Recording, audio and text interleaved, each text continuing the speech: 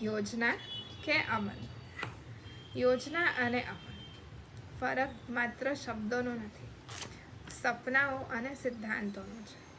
આપણે સૌ વિચારો તો ખૂબ કરીએ છીએ, યોજનાઓ પણ અદ્ભુત બનાવીએ છીએ. હું પણ નાનપણથી કાગળ પર ખૂબ સુંદર યોજનાઓ બનાવતી આવી છું, આજે પણ બનાવું છું.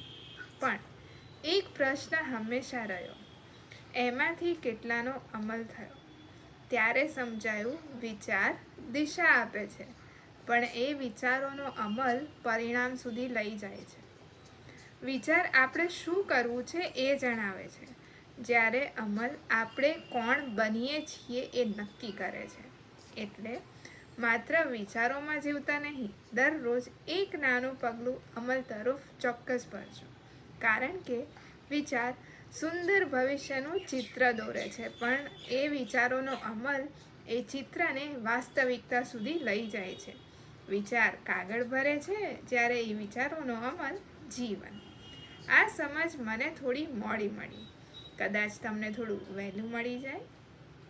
તમને શું લાગે છે, તમારા જીવનમાં વધુ સમય વિચારોમાં જાય છે કે તે વિચારોને અમલમાં મૂકવામાં?